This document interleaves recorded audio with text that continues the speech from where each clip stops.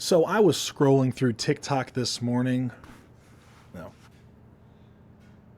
Do you need to be worried about the guy that she is talking to? Do you need to make sure that she does not have any male friends that could turn into something more than that? Those are the questions that we have today, that I have planned for you guys today. Again, we're starting off with the beautiful and loving, caring, kind, my beautiful Delilah Bears. She is my dog. She is amazing, and I love her very much. She is my best friend. So I was scrolling through TikTok this morning and found a little video, and it was talking about how women cheat more than men and also have backup plans. And that's usually ex-boyfriends or friends that they have. So most of these guys have either confessed their love or said that they would drop everything for these women. But why are women doing this today? Is it worse now than it ever has been before? The video that was posted on TikTok, the caption of was saying 2024. The video, I looked it up, it was from 2014. And here is the actual video, and it was done by Dr. What was her name? Dr. Romie Mushtaq. So that's who it's done by, and here's a quick clip of that. Now, though, if you were in a relationship, should you really have a backup plan? There is new research that shows half of all women have a guy on the back burner just in case things go wrong in their current relationship.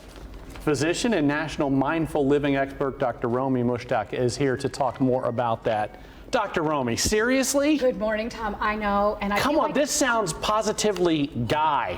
doesn't it? And I have to sit here and defend all of us women, but this is the latest psychology research. I was just as shocked reading this data.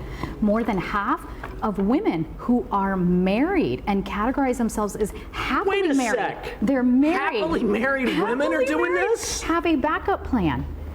And what is a backup plan? It means you have someone on the back burner. So a like specific person a they've specific identified. person that they've identified, and in most cases it was either an ex-boyfriend or an old friend who never made it to the dating category. Get out of town. Unfortunately, yes. And the problem is social media has just made it too easy to have such a type of behavior. Right, so I know you're here to say, though, Yes. watch out. I wouldn't say social media only, but I would also add in responsibility and accountability. Right now, women are rewarded in divorce for, even if they have the choice of divorcing their husbands, they get rewarded with what? Money, the house, majority of the time that they get majority custody of the children, and that everyone looks down upon the man whenever there is a divorce. You always hear the question or the statement of, well, what did he do? Studies showed that 70% of uncollege educated women filed for divorce, and 90% of college educated women file for divorce. When you go through a divorce, most states are going to be for the women, and they're going to be granting the women what? The house. What else? The children, the majority of the time. And you're going to have to pay. As the man, you will end up paying the wife to have the children for the majority of the time, unless you get the 50-50s custody, and there's all sorts of minutia and all of that plan. But the sad thing is that women are rewarded in divorce. So why would they need to have accountability? I'm sure if things changed, where if they were paying for the majority of everything and also had to pay the husband and give the husband the house, I'm sure you wouldn't be seeing the infidelity at the rate that it is today. Now, this video was from 2014. We don't need to be watching any more of it. Obviously, you guys get the point of this. And here is another survey. This was done in 2014 as well. Survey says that half of married women have a backup husband in mind. And it's usually a friend or an ex-boyfriend. That's the reason why a lot of guys are going to go ahead and be wondering, how many male friends do you have? Is it all male friends? Because as guys, which I'm sure that you guys can relate to this, is when a woman that you're talking to has a lot of male friends, what does that mean? It's a lot of options and opportunities for her to cheat and for her to leave you for them. Now, why would you want somebody to be with only you? Right? Because you want that monogamous relationship. You want to have a wife that you can trust, a woman that you can trust. If you can't trust her, gentlemen,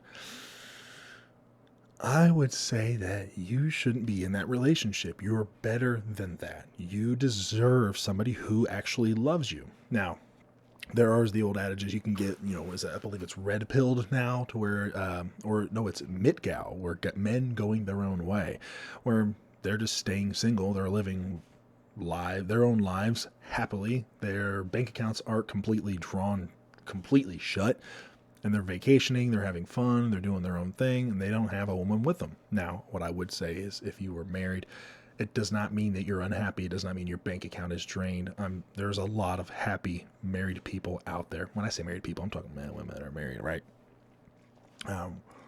That is something that is cherished and it is looked up to. But right now, that is not happening. Women are more likely to cheat than men, and here is the reasons why. Science is finding that women struggle more than men when it comes to staying faithful in relationships. Even when your marriage is good, you still miss that rush of feeling so excited. You can't eat or sleep when you're having such an intense time emotionally and sexually with a new person. That's why I kept going after, and why I couldn't say no to. That's how Annika, 45 from Melbourne, describes her experiences with cheating, and she's far from alone. According to a growth body of research, many women in long-term relationships are sexually adventurous and have secret lovers. The view that is mostly men who cheat because their partners lose interest in sex is outdated. Science says that it's actually women who struggle more with monogamy because they get bored in the bedroom. That is such a horrible excuse to cheat on somebody. It's like, well, I was bored and I decided to go out and have sex with somebody else. There was also a video that I saw a couple months back where it was a psychologist speaking in a podcast forum about when men admit to cheating, they say, yeah, I cheated. But when women talk about cheating, they actually will not say that they cheated. They'll just say, I had sex with someone other than my husband. So that way they don't feel the guilt of cheating on their spouse, hurting the relationship, hurting the family dynamic, because they don't want to accept that responsibility. Now that right there is just somebody who has just been given everything in their entire life, which I completely disagree with the way that a lot of kids are being raised from the past 30, 40, 50, 60 years. Because when you look at fathers raising daughters, again, I'm speaking from a place that I do not have children. I have a dog. But I work in a field where there's a lot of fathers there. I have a lot of friends that have daughters, and I see how they raise their daughters. I have a niece of my own. I give her the princess treatment. I understand that. You want them to be happy. You give them things to keep them happy, so that way, why? Because they are innocent, they are sweet, they are wonderful, they are children, they are a blessing. But if you continue to do that, it will turn into only her happiness. If she's not happy, she will seek it elsewhere, and she's not accepted responsibility, because why? We've bailed them out so many times throughout the history of raising daughters that they don't have to accept the responsibility of their own repercussions. Now, is that every single time? No. There are shortcomings. There are horrible things that happen to great people. And this is just also one of those things that we have to deal with now. Wednesday Martin. Is her name Wednesday Martin? Or is it just Wednesday Martin of whatever? An anthropologist and author of Untrue refers to this new research as the Great Correction. Martin interviewed dozens of sociologists, sex researchers, and anthropologists for her book on female infidelity, and says the sad, sorry picture painted of the female libido is grossly wrong. It is alive and kicking and eager to be satisfied.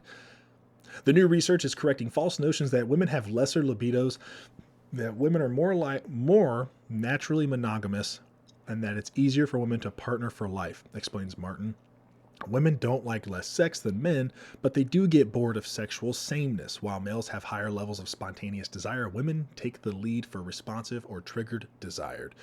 Spontaneous desire is when you suddenly think, it would be nice to have sex. It comes over you like a hunger or thirst. Responsive or triggered desires occurs when something suggests the idea of sex to you. You're watching or reading something, or a partner initiates a sexual encounter and you get turned on. For that type of desire, women's libidos are every bit as strong as men's. We've internalized the idea that men are the randier sex, and that's untrue. So the reasons why women cheat. This was also done by the New York Post. This is an article. I didn't talk about that yet. This was in 2022, I believe. So let's scroll back down. Let's give them reasons why they cheat. Right. This research exposed several of our most dearly held notions about female infidelity, that women cheat only when they're unhappy in marriages, that unlike men, they seek emotional connection, not sexual gratification, and that women just stumble into affairs. So this is a myth that the myth that women cheat for emotional reasons while men cheat for sexual reasons is also being overturned. This was a research done by Missouri State University on a group of women who used the Ashley Madison website specifically to cheat. Now, obviously, guys, you got to remember this study was done on a website for people who do cheat. And sorry about the sirens that are going off right now. So the numbers are probably going to be a little bit higher than what they normally are, because obviously they're talking to people who already are cheating. Now, if this was done as a double-blind study or, a complete randomized set where it's just people from all over, I'm not saying that cheating isn't everywhere or isn't in the church, but I would say it's less likely to happen for women that do go to church. Now, it does happen. It does happen quite often, but it's less likely to happen. Women studied, went on the site, created a profile, vetted candidates, met them in person, and auditioned them. This was a very intentional process, which tells you the lengths that they will go to. They wanted to find partners for sex. They reported being in a sexless or orgasmless marriages, and they simply wanted what they couldn't get at home. I wonder how they had so much time on their hands. What were their husbands? The husbands were probably providing for them, working all of the time, so that way they could have a home, a family, a lifestyle that they couldn't provide for themselves. It's things to think about. But most were just otherwise happily married or partnered, and these affairs were a way for them to remain in their primary relationships. So there goes the myth that women who cheat are unhappily married. So these are happy women, happy married women that are going out and cheating. This is why the adage of, if she's got a lot of male friends, you might want to stay away, because what does that do for that woman? It leaves the opportunity for her to leave you for another man, or how easy the access is to cheat on you.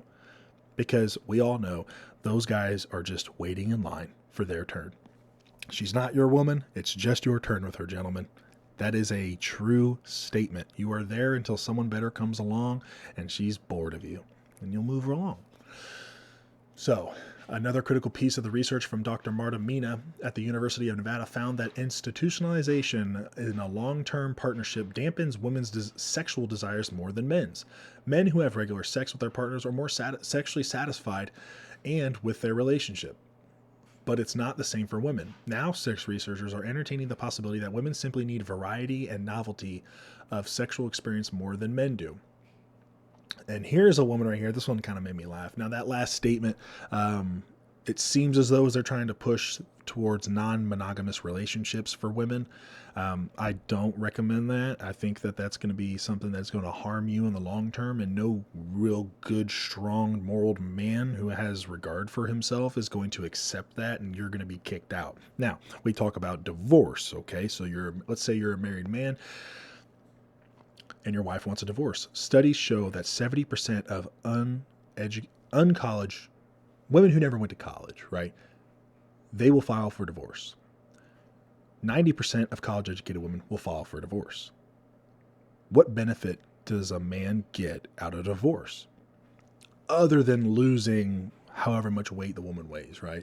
That is really the only benefit that you get, right? The con is that you're going to lose your home. Statistically speaking, you're going to lose your home, you're going to lose a lot of your finances, and you're going to lose a lot of time with your kids. A lot of states are going to be leaning towards women in divorce cases. She's going to be getting all that stuff. And if you go to fight her on it, she's going to get more. I highly suggest a prenup or being more picky in a relationship. Set your boundaries. Set what you want in the relationship, and That doesn't mean that the woman is your servant. It does not mean that she is completely only submissive to you in every single way. You do want a submissive woman. You do want a woman who wants to serve, but you also, as the husband, should want to serve your wife as well. That's what God calls you to do in the Bible. You should serve your wife as Jesus served the church for his people, right? So with that being said, you're going to have to need those boundaries. If she does not meet those boundaries, kick her out. She doesn't meet your needs. She doesn't meet your, and this is all before marriage. This is done in the relationship aspect, in the dating phases. You don't need to have somebody who is going to walk all over you and treat you like garbage. That's not what you need, because this is what it leads to. When you let this happen, this is what it leads to. It's a notion that women like Gabriella, 28 from Sydney, have been aware for some time. I've had lots of affairs since my first long-term relationship when I was at university, college. If you're dating a girl in college, I'm sorry that she's probably a 304 and getting tag teamed out there. Just saying, because it's everywhere. It's happening everywhere. Get on Reddit. Look at some videos. You're going to see it. You need to open your eyes. Quit putting the blinders on. This is happening everywhere. Everywhere.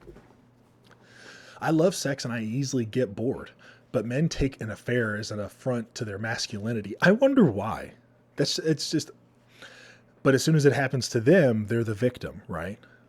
They all think they should be enough for me, and when I try to discuss ways of keeping the interest alive, they treat me as if I'm not normal. What should normal be? A woman who lies back and puts up with boring sex just for the sake of it?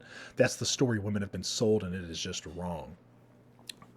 Gentlemen, listening to this episode, this little channel, let me fix this mustache before I go on this. Let me give you some hints, okay? Communication, number one. Communication is always number one. Women that are listening to, you can listen as well, but you also know communication is number one. Trust, communication. Finding out what your partner's needs is important for the relationship dynamic. If you go and talk to your significant other, most likely she's reading a dark romance book. It's book talk is huge. It is on TikTok. Just type in book talk and you will see. Educate yourself on what your woman's needs are. Just start reading a couple of those books that are the dark romance novels, and you'll find out what things you can do to keep it interesting for your wife, for your girlfriend, for your partner. That's a little tip that I want for you guys, is start reading some of those books if she's into those books, if she's reading them. They're also called like smut books as well. They can get pretty raunchy. Just forewarning on that part. Don't be listening to an audiobook with your children around, because you have a lot of explaining to do. So I want to know what your guys' thoughts are with this, with the women keeping men, ex-boyfriends, friends as backups in marriages. More than 50% of women do this. I want to know what your guys' thoughts are. Have you ever been cheated on? What was the situation that you had? Just go ahead and leave a comment down below if you feel comfortable with that. And just know that there are good men out there. There are good women out there. This is not all women. This is a subset of them that aren't fully mature yet. They're not ready for a long-term relationship. So remember, it is not all women.